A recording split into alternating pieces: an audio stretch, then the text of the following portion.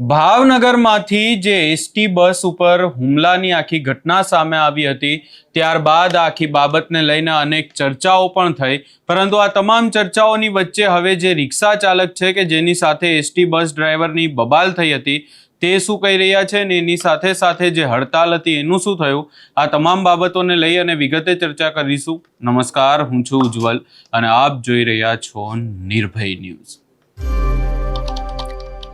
ભાવનગર અને ખાસ કરી અને ભાવનગરમાંથી છેલ્લા 10 દિવસમાં એવા કિસ્સાઓ સામે આવ્યા છે કે જે ભાવનગર પોલીસની સામે પણ અનેક સવાલો ઊભા કરે છે, એની સાથે સાથે કાયદો અને વ્યવસ્થાની સામે પણ અનેક સવાલો ઊભા કરે છે। ખાસ કરી અને ભાવનગરની વાત કરવામાં આવે તો ખુલ્લેઆમ કોઈ પણ કોઈને મારી રહ્યું છે, કોઈ કોઈની હત્યા કરી નાખે છે, હુમલાઓ કરવામાં આવી રહ્યા છે અને આવી ઘટનાઓ એ ભાવનગરમાંથી આવવાનું થમતું જ નથી।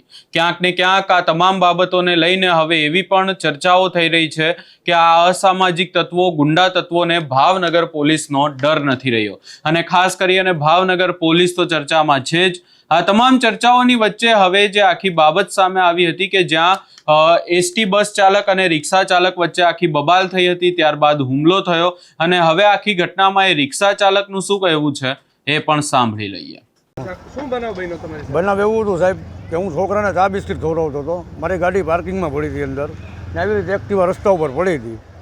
હવે ઓલા લીંબુની બધા વેચે ને રસ્તા ઉપર, તો સાહેબ રસ્તા ઉપર ગાડીઓ નડતી હતી, તો મેં એ ભાઈને શું કીધું ગાડીવાળાને, તો સાહેબ આ ગાડીઓ લઈ લો તો મારી રિક્ષા બહાર નીકળે કે નહીં સાહેબ, ગાડીઓ ન નીકળે તો કે મારે રિક્ષા કેમ લેવી સાહેબ, તો ડાયરેક્ટ આવીને મને સીધી ગાળ દીધી। એટલે મેં કીધું ભાઈ તમે ગાળું ન બોલો, મેં કીધું તમે ન લઈ શકતો તો મેં ગાડીઓ હું લઈ લઉં।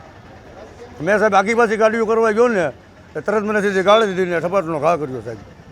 અચ્છા, તમને શું મારવામાં આવ્યો? મને ડાયરેક્ટ બ્લોકનો ઘા કર્યો સાહેબ, બે આમ ગાળી દીધી એટલે મને બ્લોકનો ઘા કર્યા। જુઓ તમારી સામે આક્ષેપ છે તમે પણ કંઈક માર્યું છે? હે, તમે છરી કાઢીને છરી ઓલી બકાલાની હતી સાહેબ।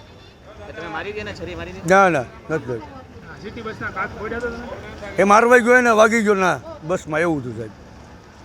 અચ્છા, આ બસના ડ્રાઈવરો છે તે હડતાલ ઉપર ઉતરી ગયા છે? હા સાચી વાત? હા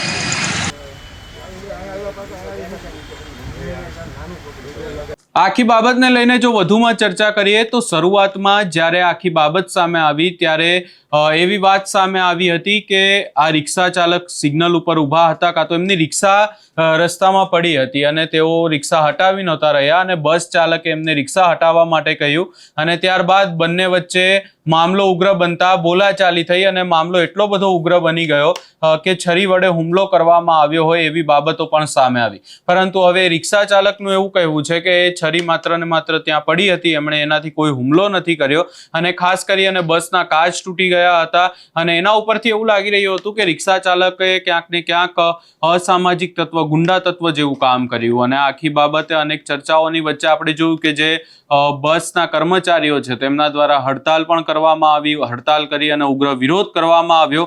પરંતુ હવે આ તમામ ચર્ચા અને તમામ બાબતોની વચ્ચે આ રિક્ષા ચાલકનું નિવેદન પણ સામે આવ્યું છે કે જેની સામે આરોપ લગાવવામાં આવી રહ્યા હતા।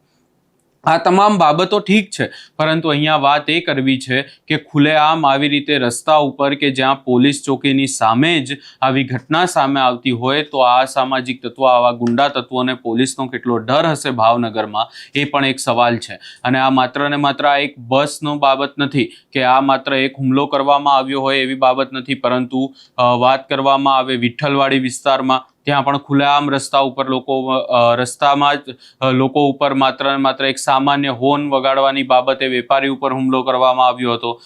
ભાવનગરનું ચોરવડલા ગામ કે જ્યાં હત્યા કરવામાં આવી હતી એક ભરવાડ યુવકની, એની સાથે સાથે ભાજપ નેતાના જે પુત્ર છે એમના લગ્નમાં હુમલો કરવામાં આવ્યો હતો. એટલે ક્યાંક ને ક્યાંક આ તમામ ઘટનાઓ એવું દર્શાવે છે કે ભાવનગરમાં હાલ કાયદો અને વ્યવસ્થાની પરિસ્થિતિ શું છે.